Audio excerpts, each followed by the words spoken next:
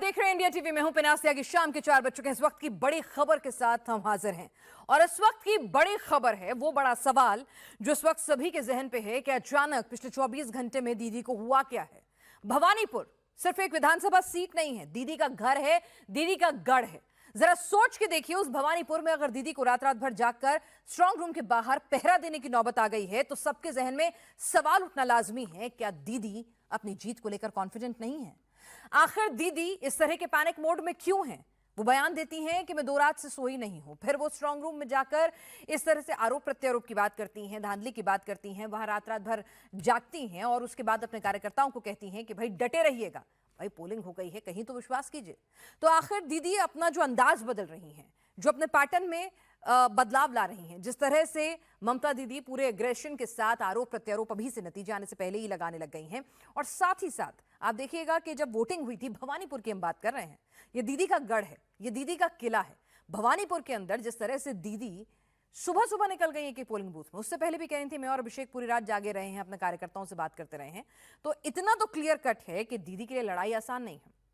BJP दावे कर रही है कि इस बार भवानीपुर भी हराएंगे। जी हां, दावे बड़े हैं। अब भाई इसको बीजेपी का नैरेटिव बनाना कह लीजिए, ममता बनर्जी को पोक करना कह लीजिए, या फिर उसका कॉन्फिडेंस कह लीजिए कि वो जानते हैं कि इस बार मामला जो है उनके लिए एज में है और कुछ भी हो सकता है।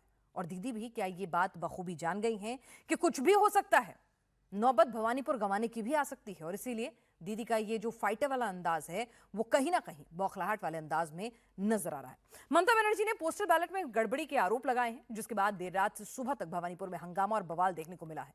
लेकिन चुनाव आयोग ने साफ कर दिया कि स्ट्रांग रूम में ईवीएम की पूरी तरह से सुरक्षा की जा रही है। स्ट्रांग रूम में बाहरी लोगों की एंट्री का दावा एकदम गलत है। इस बीच कोलकाता हाईकोर्ट ने भी टीएमसी की उस याचिका को खारिज कर दिया जिसमें टीएमसी ने पर्यवेक्षक के रूप में केंद्रीय कर्मचारियों की नियुक्ति पर ही सवाल उठाए थे। लेकिन भवानीपुर में सियासी पारा लगातार चढ़ रहा है। यह बात तो तय है कि भाई भवानीपुर से ही सीएम मिलने वाला है बंगाल को। तो इस बार क्या होगा? इस बार क्या वाकई में शुवेंदु अधिकारी जो हैं वो बंगाल भी जीतेंगे और भवानीपुर भी जीतेंगे, या फिर इतिहास एक बार फिर से दोहराएगा कि भवानीपुर शायद आप निकाल भी ले जाएं लेकिन दीदी बंगाल जीतने में कामयाब हो जाएंगी? दीदी की बॉडी लैंग्वेज, दीदी का अंदाज क्या कुछ कह रहा है। लेकिन इस सबके बीच में आप देखिए कि नैरेटिव वॉर चल रही है।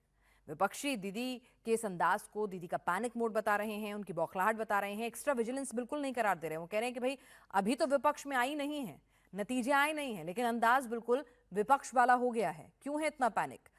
जरा बीजेपी नेताओं ने क्या कुछ बयान दिए हैं, कितना उसमें नैरेटिव है, कितनी उसकी सच्चाई है, उसे आंकड़ों की जमीन पर भी परखेंगे कि वाकई में दीदी को भवानीपुर में हराना आसान काम होगा बीजेपी के लिए, जैसा वो दावे कर रही है। ये सिर्फ वो एक नैरेटिव है, उनका ओवर कॉन्फिडेंस है।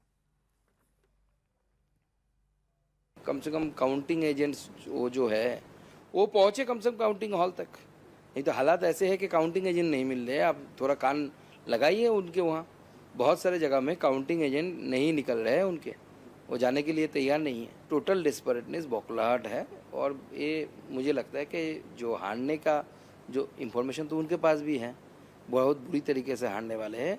इसीलिए उस बौखलाहट के कारण ही इस तरीके की बयान ममता बनर्जी के मुंह से आ रही है।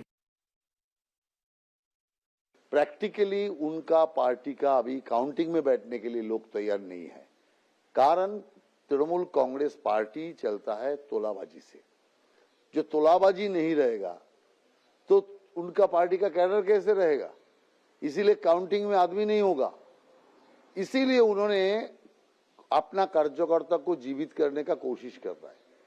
लेकिन ये नौटंकी तृणमूल के लिए ही भारी पड़ेगी।